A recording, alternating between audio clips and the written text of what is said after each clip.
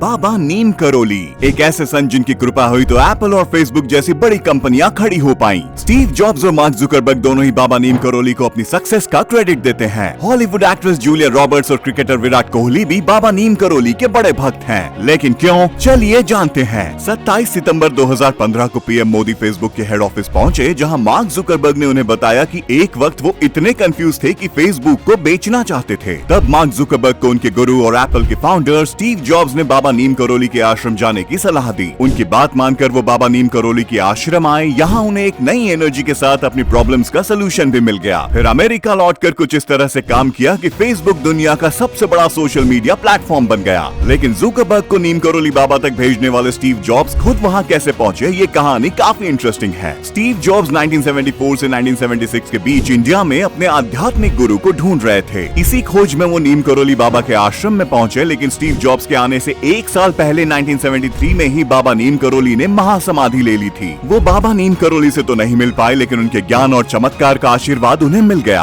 कहते हैं एप्पल के लोगो और नाम का आइडिया भी उन्हें बाबा नीम करोली के आश्रम में ही मिला था। स्टीव जॉब्स को बाबा नीम करोली की बातों में ही अपना सच्चा आध्यात्मिक गुरु मिल गया था, जिनके आशीर्वादों से वो सफल हुए। बाबा नीम करोली के भक्तों की लिस्ट यहीं पर खत्म नहीं होती। Oscar award winner Hollywood actress Julia Roberts तो बाबा नीम करोली की फोटो देखकर आश्रम खींची चली आई। फिर उनकी बातें सुनकर वो इतना ज्यादा प्रभावित हुई कि उन्होंने 2009 में हिंदू धर्म को अपना लिया था। भारत के बड़े बड़े राजनेता, सेलिब्रिटीज और क्रिकेटर्स आज भी बाबा नीम करोली के आश्रम में जाते हैं। विराट कोहली और अनुष्का शर्मा भी अक्सर वहाँ जाते नजर आते हैं। लेकिन बड़े बड़े लोगों को सक्सेस का आशीर्वाद देने वाले बाबा नीम करोली आखिरकार कौन थे? आखिर क्यों उन्हें 20वीं सदी का सबसे महान संत कहा जाता है? नीम करोली बाबा हनुमान जी के परम भक्त थे। कुछ लोग उन्हें हनुमान जी का अवतार भी मानते हैं, क्योंकि उनके चमत्कार आम लोगों की समझ से बाहर थे। साल 1900 में उत्तर प्रदेश के अकबरपुर में बाबा नीम करोली का जन्म हुआ था। उनका असली नाम लक्ष्मी नारायण शर्मा था। उनके पिता दुर्गा प्रसाद शर्मा एक अमीर आदमी थे। 11 साल की उम्र में ही नीम करोली बाबा को इतना ज्ञान था कि दूर दूर से लोग उन्हें देखने आने लगे थे। भविष्यवाणी थी कि वो एक महान संत बनेंगे। पहले उनके पिता को ये बात काफी अच्छी लगी, लेकिन फिर उन्हें यह एहसास हुआ कि ये भविष्यवाणी सच हो सकती है। बेटे को संत बनने से रोकने के लिए उनकी 11 साल की उम्र में ही शादी भी करवा दी गई। लेकिन शादी के बंधन में बंद कर रहने के बजाय नीम करोली बाबा ने अपना घर ही छोड़ दिया और ज्ञान प्राप्ति की ओर निकल पड़े। मानते हैं कि गुजरात की बबनिया में 8 साल तक तपस्या के बाद उन्हें कई सारी सिद्धियां मिली। फिर आई लक्ष्मी नारायण शर्मा के नीम करोली बाबा बनने की बारी। एक बार ट्रेन ट्रैवल के टाइम में वो गलती से फर्स्ट क्लास डिब्बे में चढ़ गए थे, जिसका टिकट उनके पास नहीं था। टीटी ने उन्हें ट्रेन से उतरने को कहा तो वो उतर गए, लेकिन उसके बाद ट्रेन स्टार्ट ही नहीं हुई। कुछ देर बाद टीटी और ड्राइवर को एहसास हुआ कि उन्होंने एक साधु को ट्रेन से बीच रास्ते में उतारा है, और शायद इसलिए ही ऐसा हो रहा है। उन्होंने नीम करोली बाबा से माफी मांगी और ट्रेन में चढ़ने को कहा। बाबा ने उन्हें आशीर्वाद दिया और ट्रेन में चढ़ गए, और साथ में 2 शर्तें रखी। पहली ये कि वो लोग साधुओं के साथ हमेशा अच्छा व्यवहार करेंगे, और दूसरी ये कि जिस जगह बाबा को उतारा था वहाँ एक स्टेशन बनाया जाए। जहाँ ये पूरी कहानी घटी वो उत्तर प्रदेश के फर्रुखाबाद के पास की एक छोटी सी जगह नीम करोली थी। वहीं से लक्ष्मी नारायण शर्मा नीम करोली बाबा बन गए। इसके अलावा उन्हें हांडी वाला बाबा, तिकोनिया वाला बाबा और चमत्कारी बाबा के नाम से भी जाना जाता है। उत्तराखंड के नैनीताल अल्मोड़ा रोड पर इनका ये कैंची धाम आश्रम है। साल 1961 में बाबा पहली बार इस जगह पर पहुंचे थे। 1964 आते आते उन्होंने यहाँ एक आश्रम बनाने का फैसला किया, और आज उसी आश्रम में दुनिया भर के सेलिब्रिटी लाइन लगाकर खड़े रहते हैं। क्या आप भी नीम करोली बाबा के आश्रम जाना चाहते हैं और देखना चाहते हैं कि कैसे बाबा ने लोगों की किस्मत बदल दी? कमेंट्स में बताइए। वीडियो अच्छी लगी हो तो लाइक, शेयर, फॉलो करना मत भूलना।